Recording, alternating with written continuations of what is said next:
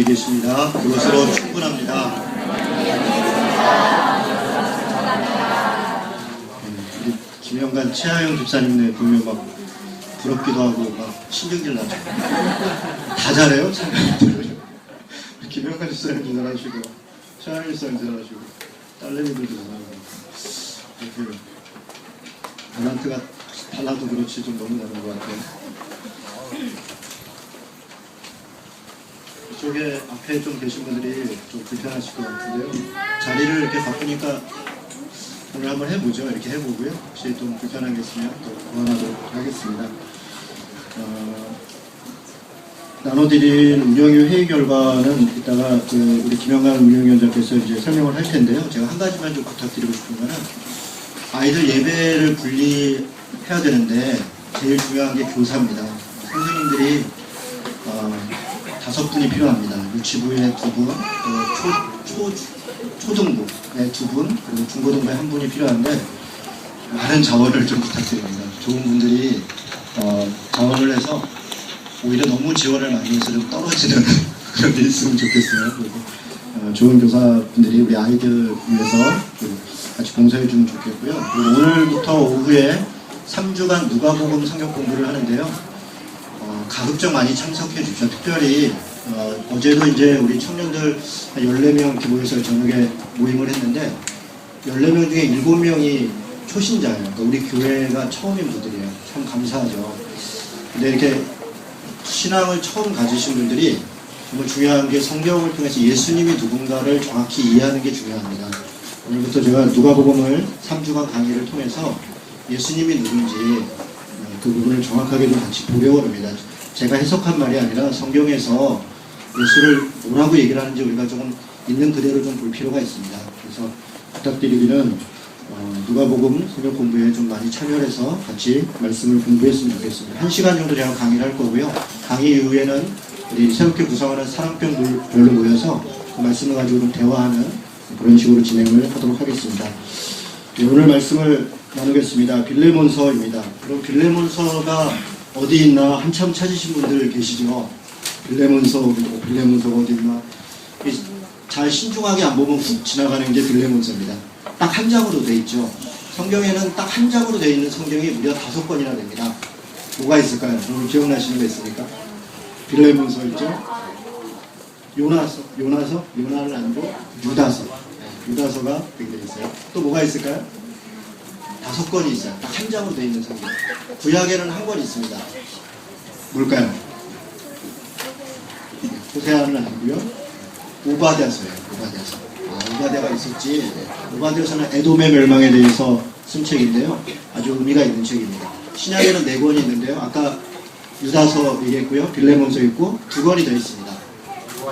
요한이서, 그렇죠? 그럼 요한 3서. 1서는 아니고. 무조건 막 던지기, 찢기. 이게 5권에 한 장씩 있는데 성경이 짧다고 해서 중요하지 않은 것이 아닙니다. 성경은 66권으로 기록되어 있잖아요. 성경 66권 중에 어떤 것은 뭐 66장이나 되어 있는 이사야서 같은 게 그렇죠? 66장이나 되는 게 있고 시편 같은 경우는 150편이나 되어 있고 두꺼운 게 중요한 책이고 좋은 책인가 보다. 물론 그럴 수도 있겠습니다. 그러나 짧다고 해서 의미가 없거나 중요하지 않은 게 아닙니다. 성경의 66권을 성경으로 채택한 이유가 있고 그래서 우리가 성경을 한 권도 빼지 않고 잘 원만하게 공부하는 게 중요합니다. 그래서 전체적으로 살펴보는 게 왜곡되지 않게 하나님이 어떤 분이신가, 하나님의 뜻이 무엇인가를 우리가 살펴보는 데 중요합니다. 우리 빌레몬서 여러 가지 이야기들이 있는데요.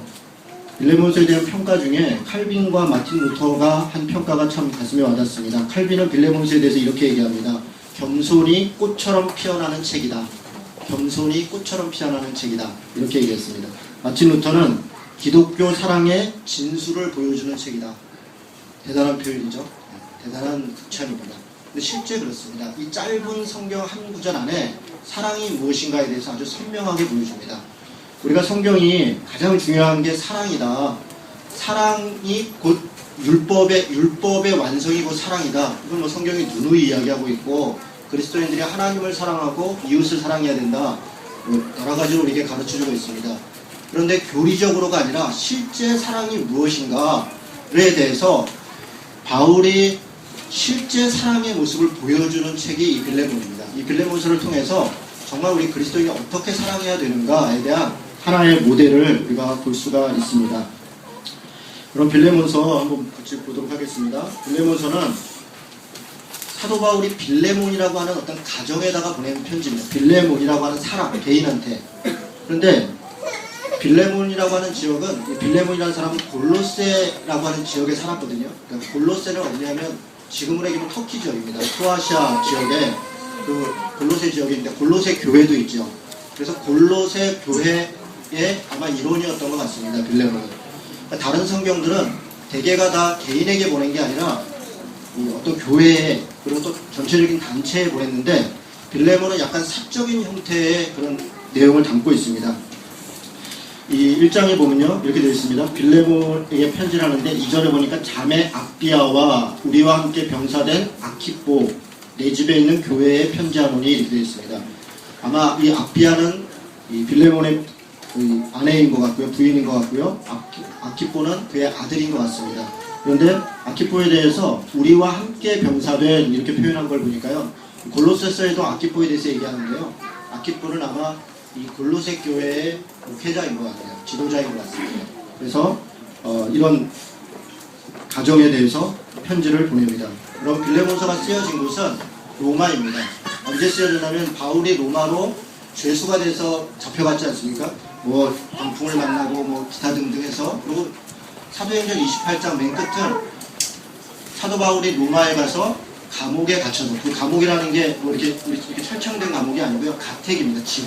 가택에 연금돼서 2년 동안을 지내게 되는데, 2년 동안 지내면서도 사도 바울은 2년 동안 그것에 오가는 사람들에게 담대하게 말씀을 전했더라, 이러면서 사도행전이 끝나는데요.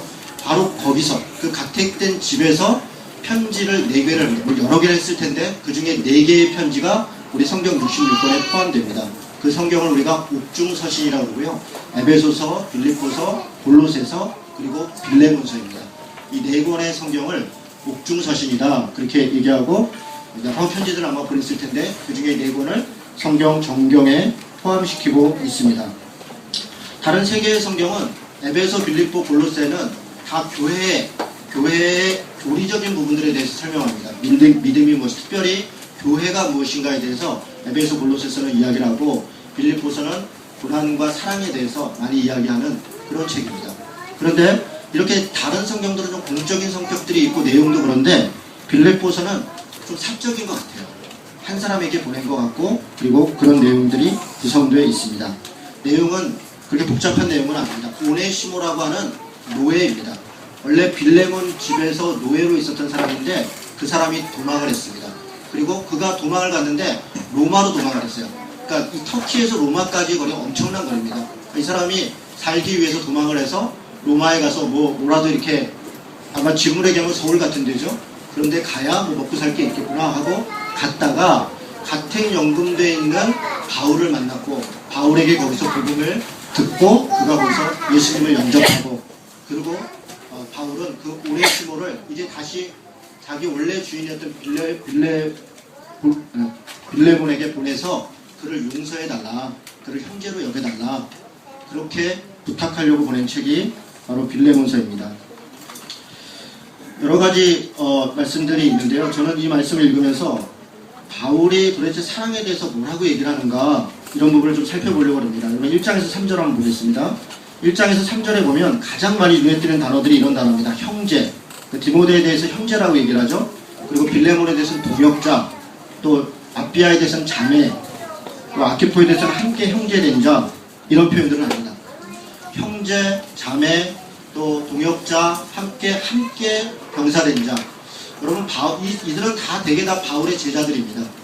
그런데 바울이 그 제자들한테 편지를 보낼 때 쓰는 용어들을 가만 보면 형제, 자매, 함께 군사된 자, 그리고 동역자, 이런 표현들을 씁니다.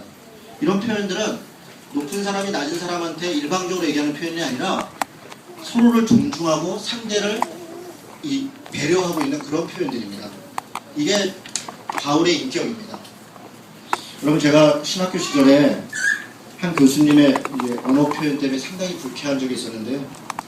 사실 이렇게 나이도 많지 않은 분이에요. 저보다 한 3살인가 4살 많으신 분인데, 그분은 이렇게 말끝마다 뭐냐면 저희가 스승이라는, 스승, 자기는 스승이고 우리는 이제 제자. 그래서 우리 제자들이, 제 제자들께서 이렇게 얘기하고 스승에 대해서 이렇게 얘기해요. 한 번은 학교에 무슨 일 때문에 그 교수님 방에 찾아갔는데, 대화 중에 너무 마음이 이제 불쾌한 게, 스승이 얘기하면 시키는 대로 해야죠, 이렇게 얘기하는 거예요. 제가 너무 답답하더라고요. 제가 그분한테 딱 한 개 수업을 들었습니다. 한 과목. 한 과목 수업을 들었는데, 물론 선생님이시죠. 당연히 스승이시죠. 그런데 스승이라고 하는 표현은 제가 그분을 존중해서 스승님 이렇게 불렀을 때 의미가 있는 것이지, 본인이 내가 스승인데 나한테 스승님이라 불러라, 그리고 내가 이야기한 것을 그대로 따라야 된다, 배움을 받은 사람은 그렇게 표현한다는 것은 저는 너무 이해가 되지 않더라고요. 그분의 태도도 문제였지만 안타깝게도 그분은 자신이 말끝마다 스승이라고 이야기하는 어떤 분의 설교를 표절을 해서 설교를 하다가 들켰습니다. 심지어는 자기가 냈던 박사 논문이 표절이 됐다는 것이 밝혀지고 말았습니다.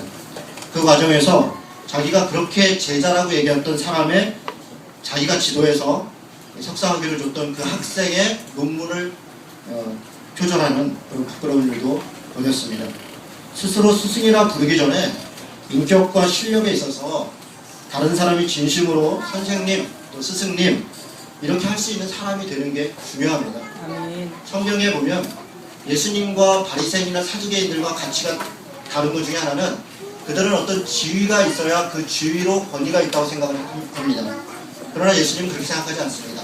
어떤 지위가 그 권세를 가지고 오는 것이 아니라, 지위와 상관없이 하나님의 말씀 앞에 어떻게 서 있는가, 아멘. 그것이 그에게 권세가 된다라고 눈을 얘기합니다. 아멘. 그게 예수님의 관점이고 가르침입니다. 바울을 우리가 이 성경 속에 위대하게 생각하는 것은 자신의 제자들에 대해서 형제다, 자매다, 동역자다, 함께 군사한 자다, 이런 표현을 통해서 제자들 혹은 자기가 아들이라고 얘기할 수 있는 사람들에게 동역자로 인정하고 함께 상호 존중하고 있는 것입니다. 여러분 4절에서 7절에 보면 이 바울답지 않은 표현들이 있어요. 뭐냐면 이 서신서들에 보면 대개가 이렇게 인사말로 시작합니다. 누가 누구에게 편지하는데 너희들에게 이렇게 사랑이 있고 은혜가 있고 평화가 있기를 기원한다, 이렇게 덕담도 하고 칭찬도 합니다. 그런데 이 짧은 한 장의 편지를 보내면서 4절에서 7절까지 온통 다 빌레몬에 대한 칭찬을 합니다. 그 칭찬의 표현도 대단히 수위가 높습니다. 5절에 보니까 주 예수와 및 모든 성도에 대한 내 사랑과 믿음이 있음을 들었는데, 그런데 내 믿음의 교제가 우리 가운데 있는 선을 알게 하고 그리스도께 이르도록 역사한다. 그러니까 빌레몬의 그 착하고 옳은 일들에 대해서 내가 너무 뿌듯하고 하나님께서도 영광을 받고 있고, 이런 얘기들을 칭찬을 하는 겁니다. 7절에 보니까 형제여, 성도들의 마음이 너로 말미암아 평안함을 얻었다. 너가 이렇게 신앙으로 사랑하고 덕스럽게 선을 행하니 많은 사람들이 너 때문에 위로를 얻었고 나 또한 그 때문에 위로를 얻었다. 4절이나 걸쳐서 이런 얘기를 합니다. 여러분 약간 뭔가 좀 뜸을 들이고 있다는 그런 느낌이 들지 않습니까? 좀 뜸을 들이고 있는 겁니다. 바울은 지금 뭔가를 지금 부탁을 하기에 앞서서 빌레몬에 한껏 칭찬을 하고, 그래서 바울이 결정적으로 부탁하는 것을 거절하지 못하도록 하는 어떤 안정장치 같은 것을 이렇게 은근하게 펼칩니다. 실제 부탁하는 건 이런 거죠. 8절에 보니까 이렇게 되어 있습니다. 이러므로 내가 그리스도 안에서 아주 담대하게 내게 마땅한 일로 명할 수 있으나, 이 표현은 또 되게 특이하죠. 내가 마땅히 명할 수 있다. 명할 수 있죠. 빌레몬은 제자입니다. 바울이 아마 명령을 했으면 이렇게 좀 해달라 했으면 빌레몬이 거절하지 못했을 겁니다. 거절하지 못할 뿐 아니라 어지간하면 순종하고 따랐겠죠. 당연히 마땅히 명령할 수 있으나 그렇게 하지 않는다. 도리어 사랑으로 강구한다. 사랑으로 내가 너에게 부탁한다. 내용은 이겁니다. 나이가 많은 나 바울은 지금도 예수 그리스도를 위하여 갇혔는데, 이것도 일부러 넣는 겁니다. 내가 지금 그 빌레몬 입장에서는 지금 자기 스승인 선생님인 분이 지금 이 로마의 아주 가택 명문대에서 굉장히 어려운 가운데 있는 거 아닙니까? 그게 마음에 늘 쓰이지 않겠습니까? 내가 나이도 많은데 지금 이렇게 갇혀있다. 그런데 이런 갇힘 중에 내가 낳은 아들이 있다. 복음을 전해서 낳은 아들이 있는데 그가 내게 굉장히 유익하다. 내가 저를 위해서 좀 부탁한다. 그가 전에는 내게 무익했지만 이제는 유익하다. 이거는 일종의 말장난입니다. 오네시모라는 말이 유익한 자라는 말입니다. 오네시모라는 말 자체가 유익한 자예요. 그러니까 바울은 지금 그 유익한 자라는 표현을 갖고 전에는 니한테 무익한 자였다. 그러나 이제는 유익한 자이니까 선처를 좀 해달라. 그러면 무익한 자였죠. 왜냐하면 오네시모는 노예였는데 18절에 보니까 어떤 얘기가 있냐면 그가 만일 내게 불의를 하였거나 내게 빚진 것이 있으면 그것을 내 앞에 계산하라. 이게 무슨 얘기냐면 오네시모가 아마 도망을 갈 때 빌레몬 집에서 돈이나 무슨 재물을 좀 일정하게 훔쳐가지고 간 것 같아요. 뭐 자기도 살려고 그러니까 먼 길 가려고 그러니까 뭔가를 가져갔지 않겠습니까? 여러분 당시에 도망간 노예들은 많이 있었는데 잡히면 다 십자가형입니다. 그러니까 당시에 노예는 뭐 사람이 아닌 거죠. 그래서 사람 취급받지 못했던 그런 시대에 심지어 돈을 가지고 도망을 갔으니까 빌레몬 입장에서는 오네시모에 대한 원망과 불평이 굉장히 심하죠. 그래서 무익한 자였다 이런 표현을 하는 겁니다. 그런데 이제는 그가 유익한 자가 됐다. 그러면서 12절에부터 13절 뭐라고 얘기하냐면 그는 이제 내 신복이 됐다. 그리고서 또 이렇게 얘기합니다. 네가 그러니까 빌레몬이 마땅히 나한테 와서 나를 도와줘야 되는데 내가 지금 가택연금도 있고 어려운 처지에 있으니까 너가 나를 돕고 싶지 않겠냐. 그런데 너 대신 오네시모가 내 옆에서 그런 일을 하고 있다. 여러분 이런 표현들을 이렇게 보세요. 지금 바울이 편지를 보내면서 빌레몬에게 부탁을 하지만 부탁하면서 그가 거절할 수 없는 그런 명분들한테 조목조목 하겠습니다. 그리고 오네시모가 얼마나 회심을 했고 유익한 자인지를 해서 충분히 설명합니다. 그런데 더 놀라운 말씀은 14절입니다. 같이 한번 읽도록 하겠습니다. 14절. 자, 시작. 다만 내 승낙이 없이는 내가 아무것도 하기를 원하지 아니하노니 이는 너의 선한 일이 억지같이 되지 아니하고 자유로 되게 하려 함이라. 명령할 수 있습니다. 명령하면 순종할 것이고 아마 거절하기 어려울 것입니다. 그리고 지금 부탁하는 겁니다. 오네시모를 용서하고 그를 받아들이는 것은 대단히 좋은 일입니다.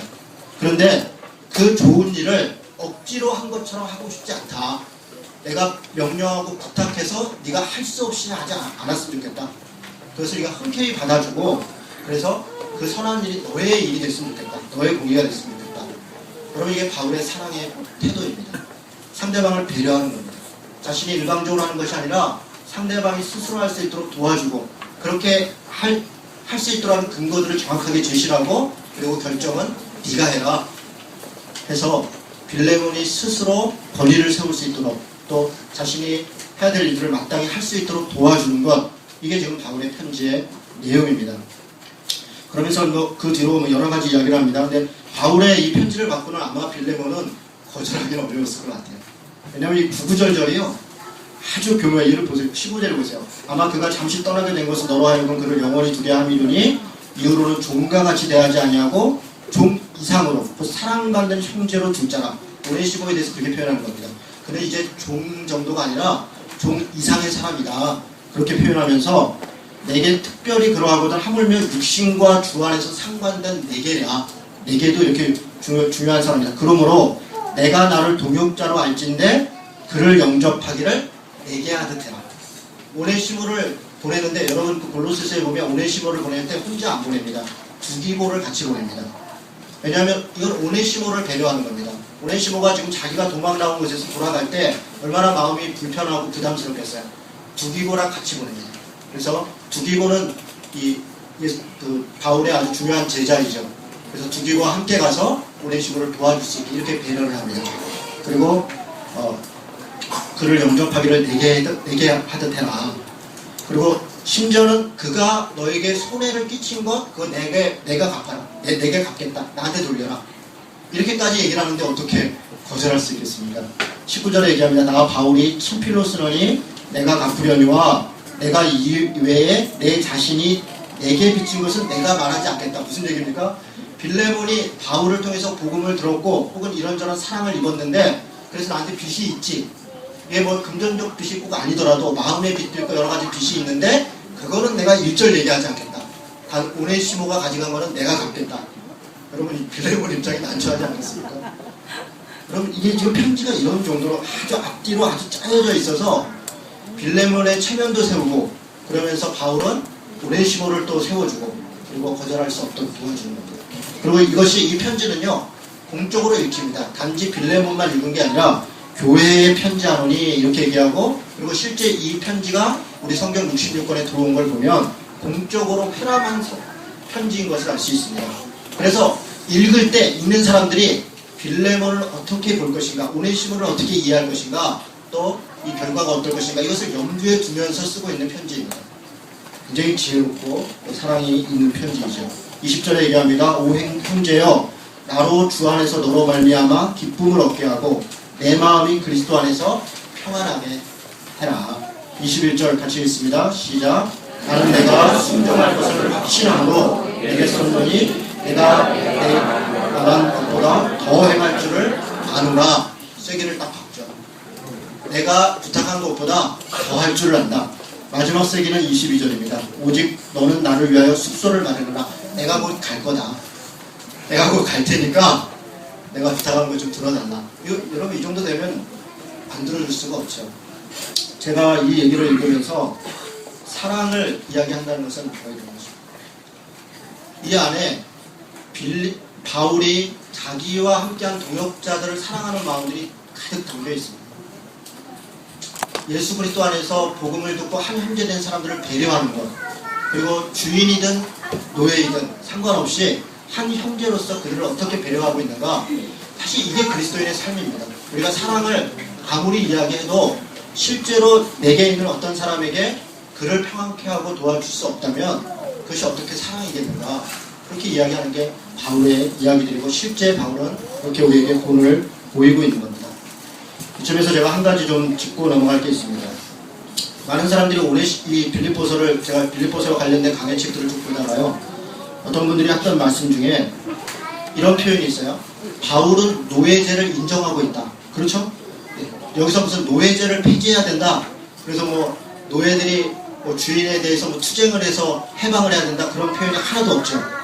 그렇습니다. 그래서 노예제를 폐지하고 있지 않고, 심지어 다른 성경에서도 동일합니다. 종들에 대해서 종의 신분을 벗어나라고 얘기하지 않고 상전들에게 순종하라고 얘기합니다. 골로새서 3장 22절에 보니까 종들아 모든 일에 육신의 상전들에게 순종하되 사람을 기쁘게 하는 자와 같이 눈가림만 하지 말고 오직 주를 두려워하여 성실한 마음으로 하라.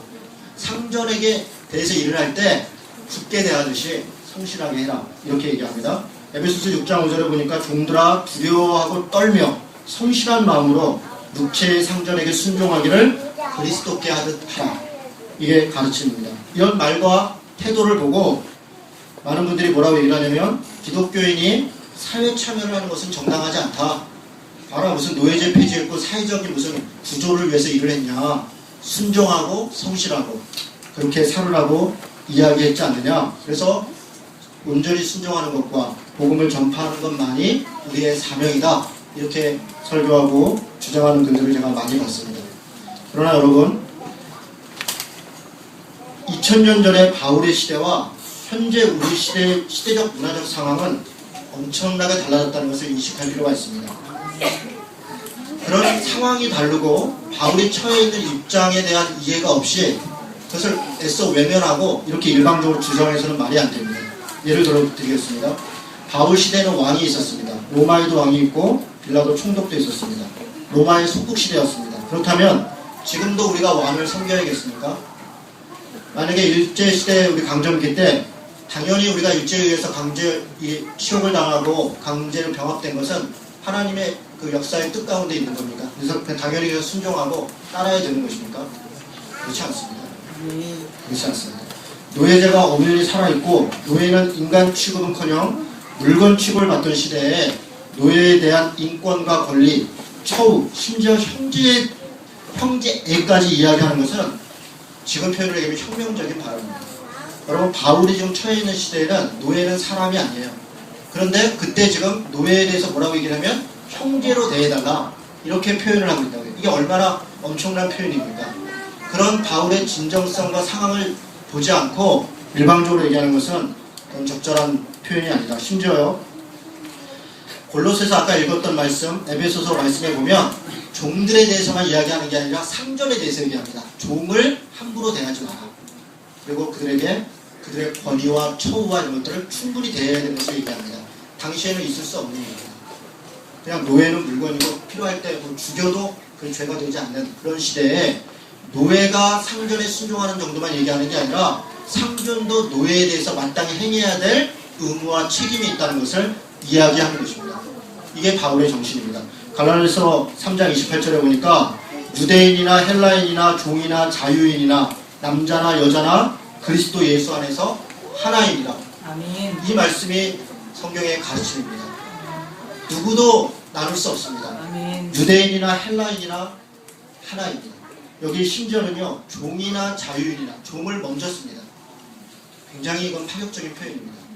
남자나 여자나, 여자에 대해서도 성경이 남자의 아래에 뒀다 뭐 이런 표현들을 많이 하는데요, 그렇지 않습니다. 여러분 성경의 여러 가지 문화적 배경을 보면요, 성경이 얼마나 남녀의 평등을 강조하고 있고 그것을 지향했고 실제로 그렇게 했는지 사람들이 잘 그걸 볼 때마다 놀랍니다. 예를 들면 이런 겁니다. 아굴라와 브리스길라 부부가 있습니다. 아굴라가 남자이고 브리스길라가 여자입니다. 4번인가 5번 정도 성경에 아굴라와 브리스길라를 표기하는데 딱 한 번만 아굴라와 브리스길라고요. 나머지 4번은 다 브리스길라와 아굴라입니다. 여자를 먼저 씁니다. 그거는 당시 시대에 있을 수 없습니다. 지금도 마찬가지입니다. 지금도 어디에 뭘 쓸 때 남편 먼저 쓰고 아내를 쓰지 아내를 먼저 쓰고 남편을 쓰는 일은 없습니다. 의도적으로 그렇게 하는 겁니다. 바울이 의도적으로 그렇게 합니다.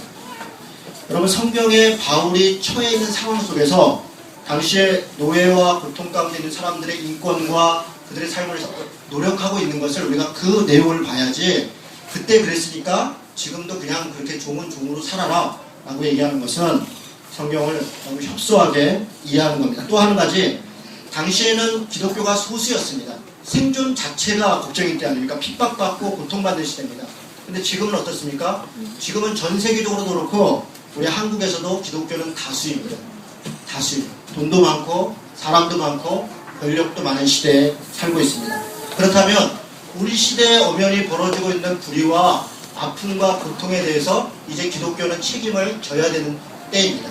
그건 우리와 관계없다 이렇게 얘기한다는 것은 대단히 무책임한 것입니다. 가장 소수일 때와 지금 가장 다수일 때 우리에게 주어지는 책임과 권한과 내용은 완전히 다른 것입니다. 그런 사회적이고 시대적인 상황 속에서 말씀을 이해하고 해석하고 적용해야지 문자적으로 그렇게 딱 갖다 대비해놓고 편의대로 하는 것은 적절하지 않습니다. 노예제와 관련돼서 한두 가지만 더 말씀드리겠습니다. 여러분 18세기에 영국의 신앙인이며 정치가였던 윌리엄 윌버퍼스라는 사람이 있습니다. 그 사람은 40년 동안 자기 정치적 생명을 걸고 노예제를 폐지시켰습니다. 당시 영국에는 3분의 1이 무역의 수입의 3분의 1이 노예 무역입니다. 그리고 그 당시 경제를 그 노예 수입의 3분의 1 그리고 그 경제 그와 관련된 경제가 거의 3분의 2 가까이가 영국, 포르투갈, 스코틀랜드 이런 지역들은 다 노예 무역으로 먹고 살고 있던 그런 시대입니다. 그런데 그때 그가 노예제를 폐지해야 된다.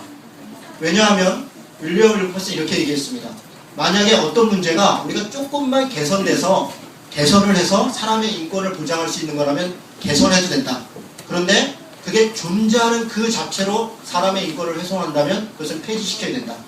여러분 무슨 말인지 이해가 되십니까? 어떤 문제는 우리가 개선을 통해서 사람의 인권과 관련된 것들을 보장할 수 있다는 거예요. 그런데 어떤 문제는 존재하는 것 그 자체로 사람을 사람답게 만들지 못하기 때문에 그것은 폐지시켜야 된다. 그런 생각을 가지고 그런 일을 했습니다. 당시에 넬슨 제독이라고 하면 우리가 잘 알죠. 영국의 넬슨 제독 그러면 영국의 영웅이고 전 세계 유명한 사람 아닙니까? 넬슨이라는 사람은 윌리엄 윌버퍼스한테 뭐라고 얘기를 했냐면 국가의 국익을 훼손하는 매국노다 이렇게 표현했습니다. 심지어는 윌리엄 윌버퍼스를 죽이려고 암살하려고 하는 사람들이 수도 없이 많았습니다. 당시에. 심지어는 노예인 당사자들도 우리는 노예제 폐지를 반대한다. 왜냐하면 그들이 노예에서 벗어나서 먹고 살 게 없다. 우리 보고 다시 아프리카로 돌아가라는 얘기냐? 그런 정도까지 반대를 했습니다. 그런데 윌리엄 윌버퍼스는 성경의 가르침은 인간을 누구도 노예로 부릴 수 없다. 그 하나의 말씀을 믿고 그와 함께했던 클라팜이라고 하는 신앙 공동체, 그게 클라팜이라고 하는 그 지역입니다. 거기에서 함께 살며 일을 했던 신앙 공동체원들과 함께 40년 동안 싸움을 해서 결국 노예제를 폐지시켰습니다. 노예제와 관련돼서 빼놓을 수 없는 사람은 미국의 16대 대통령인 아브라함 링컨입니다. 그가 잘 알죠. 남북전쟁을 통해서 노예제를 폐지시켰습니다. 그가 한 유명한 얘기가 있습니다. 자유와 노예는 함께 할 수 없다. 자유와 노예는 함께할 수 없다. 믿음을 가지고 남북전쟁을 불사하면서 노예제를 폐지시켰는데 그런 그가 성경 속에서 노예제 폐지의 영감을 얻은 성경이 바로 빌레몬서입니다. 빌레몬서이 딱 하나의 성경이지만 이곳에 그리스도인의 사랑의 모습이 어떠해야 되는지, 사람에 대한 배려가 어떠해야 되는지, 그것에 대해서 영감을 얻은 사람들의 삶은 완전히 달라진 것입니다. 안디옥 교회의 감독은 이그나티우스라고 하는 감독이 있습니다. 지금 뭐 감독이라는 표현이 옛날 가톨릭 표현이고 지금 감리교 표현인데요. 어쨌든 안디옥 교회 지도자였던 이그나티우스라는 사람이 편지가 보낸 것이 지금도 남아있는데, 이그나티우스가 당시에 에베소 교회 감독이었던 사람한테 편지를 보냅니다. 그 편지가 남아있습니다. 근데 그때 그 에베소 교회 감독이 누구냐면 오네시모입니다. 오네시모. 이 노예였던 자가 나중에 에베소 교회의 감독이 됩니다. 에베소 교회는 당시에 가장 중심에 있는 교회였습니다. 디모데가 감독이었고요. 그 다음은 누가였고, 그 다음은 요한이었습니다. 사도 요한. 그리고 그 다음이 오네시모가 감독입니다. 그 편지의 내용 중에 뭐가 있냐면 오네시모가 사도 바울의 편지들을 수집하고 있는 것을 격려하는 편지입니다. 다시 얘기해서 지금 우리가 신약성경에서 읽고 있는 13권의 사도 바울의 편지는 당시 오네시모가 수집했을 가능성이 대단히 높습니다. 그렇게 종이었고 한때는 무익한 자였고 한때는 주인에게 해를 끼치는 자였지만 그리스도 안에서 복음을 받아들였고, 그리고 그가 하나님의 말씀 안에서 살려고 할 때 그가 그 이름처럼 유익한 자가 되었습니다.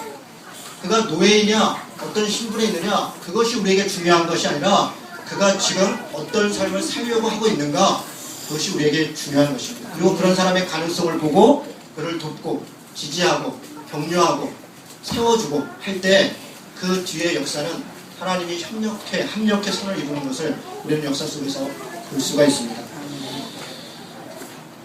여러분, 마틴 루터는 우리는 모두 도망친 하나님의 오네시모다 이런 말을 했습니다.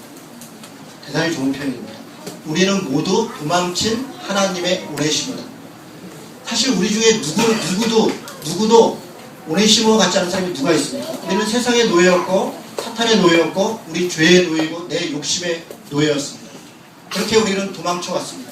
그런데 하나님께서는 예수 그리스도를 통해 그 죄값의 대가를 치르시고 우리를 다시 주인의 자리로, 사람의 자리로 다시 우리를 불러주신 것입니다. 아멘. 우리가 오네시모인데 우리가 어떻게 이 시대에 노예는 노예로 살아라, 그렇게 태어난 사람은 그렇게 살 수밖에 없다, 가난하고 소외되고 비천한 사람들은 뭐 그건 자기 운명이지 않느냐, 그렇게 얘기할 수 있습니까?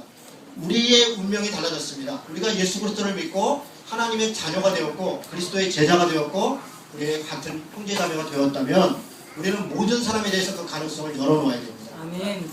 사람을 우리가 겉으로 보고 판단하기가 쉽지요. 예를 들면 뭐 잘생기고 키 크고 이쁘고 이런 사람들은 왠지 선한 것 같죠. 착한 것 같고, 그리고 막 등치도 크고 막 얼굴도 우락부락하고 이런 사람 보면 왠지 좀 악한 것 같고, 그런 선입견이 우리에게 있습니다. 장애를 입거나 가난한 사람들은 뭔가 좀 더 똑똑하고 강할 것 같고, 돈이 많고 좀 권력이 있고 그런 사람들은 더 세련되고 이렇게 할 것 같고, 그런 선입견들이 우리에게 있습니다.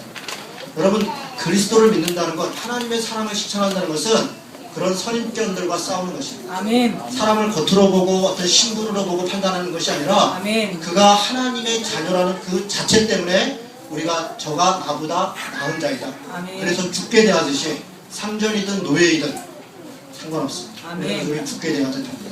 아멘. 사랑하는 성도 여러분, 혹시 여러분이 지금 삶의 자리가 주인된 자리에 있습니까? 같이 일하는 사람들을 죽게 대하듯 하시기 바랍니다. 아멘. 종의 자리에 있습니까? 일하는 자리에 위치해 있습니까?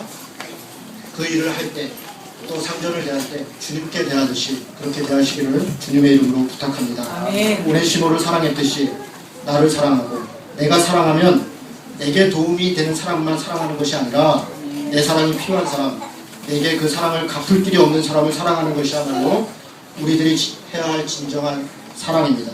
빌레몬서를 통해 가르쳐주신, 또 보여준 그 사랑을 우리가 우리 삶 가운데 그렇게 살아가는 성도 되시기를 주님의 이름으로 축원합니다. 아멘. 이 말씀을 생각하면서 같이 기도하는 시간을 갖도록 하겠습니다.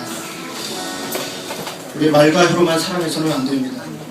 행함과 진실함으로 사랑해야 됩니다. 내가 사랑했으니까 남들이 알아줄 것이다, 그렇게 생각해서도 안 됩니다. 다른 사람이 알아주고 인정하는 만큼 우리가 사랑하는 것입니다. 우리의 행동을 통해서 그리스도의 사랑이 나타나게 해주십시오. 아멘. 우리가 그렇게 자기 자신을 믿고 스스로 기도하면 좋겠습니다. 기도합니다. 하나님 아버지